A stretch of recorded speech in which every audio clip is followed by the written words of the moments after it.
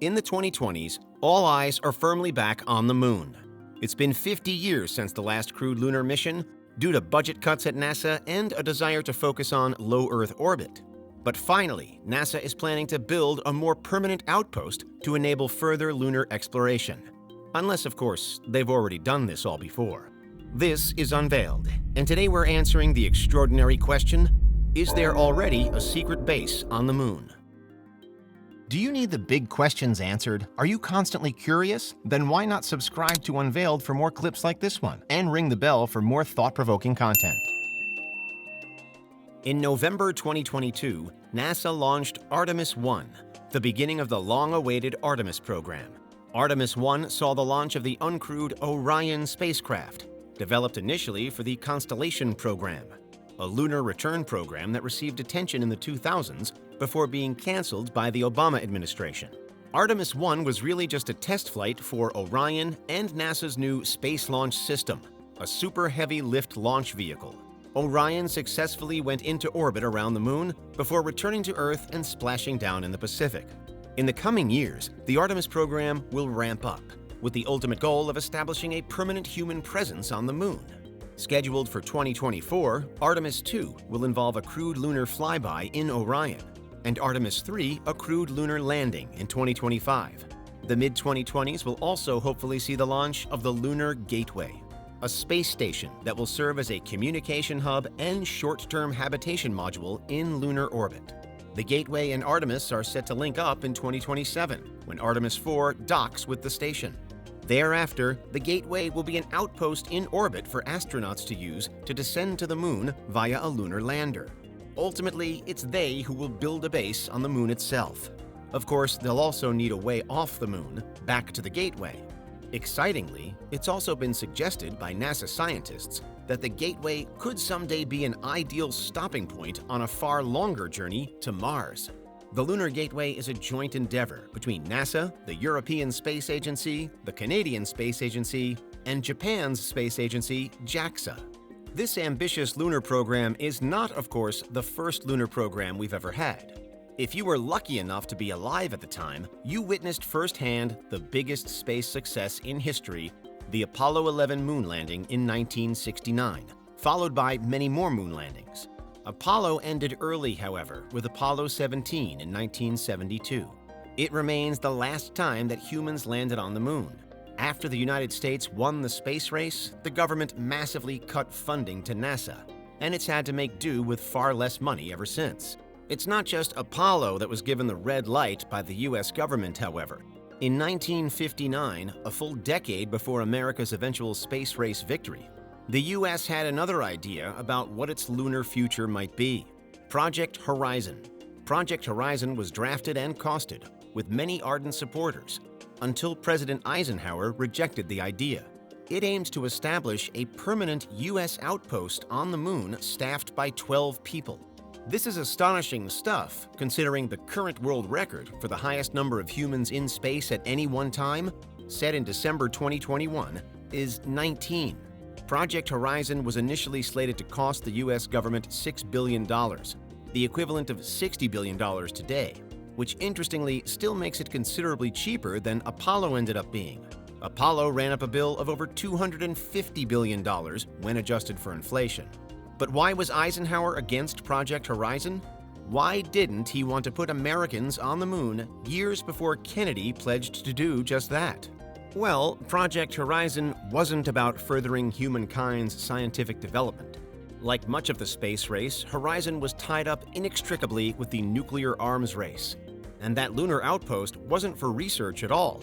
It was to man a giant nuclear missile site on the moon. The plan came from the US military rather than NASA. NASA had been established in 1958, the year before Project Horizon was proposed. It was the fact that NASA now had dominion over America's space programs that led Eisenhower to reject it. In hindsight, it's probably a good thing that Eisenhower made this choice, unless, of course, he did approve Horizon in secret. In 1967, the world's governments signed the famous Outer Space Treaty in an effort to prevent nuclear missiles ever being placed into outer space. They hoped to keep space a place for research and the betterment of our species. But in the intervening 8 years between Horizon being pitched and the treaty being ratified, could the US have begun building on the moon in secret? Could it have continued building even despite the treaty? In much of the world, the United States has become quite notorious for violations of international law, as well as for refusing to sign or ratify laws and treaties with broad support. There are some people out there who seem to believe that there is a top-secret American base on the far side of the moon, out of sight and out of mind for the rest of us on Earth. On the far side of the moon, such a base would be invisible to Earth eyes. As the moon is tidally locked, we'd never be able to see it from our home planet's surface. The moon itself also blocks radio communications between Earth and its far side. This does pose a problem for lunar missions. When the China National Space Administration launched the Chang'e 4 mission to the moon's far side, it also had to launch Qiuqiao, a relay satellite that allowed the Yutu-2 rover to communicate with mission control back in China. Then again, this could also be a boon if you wanted to hide what you were doing on the moon, because there would be no way for any other country to find out about it aside from physically going there or sending a satellite to photograph it. Of course, since Chang'e 4's mission resulted in a successful soft landing, it's now perhaps very unlikely that a secret American base is there. If the China National Space Administration had noticed it, they wouldn't have much of a reason to keep it secret from the rest of the world. Similarly, if there was an American base up there, it's very possible that the Soviets would have found out about it too, and wouldn't have given up on going to the moon like they did in the 1960s. The Soviets had plenty of spies in place in United States science programs. For example, reporting back about the Manhattan Project during World War II, years before the US dropped nuclear bombs on the Japanese cities Hiroshima and Nagasaki. So the USSR likely would have known about such a base if one existed.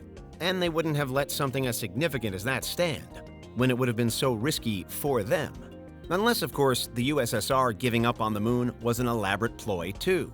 The Soviets were, for years, far ahead of the US in the space race.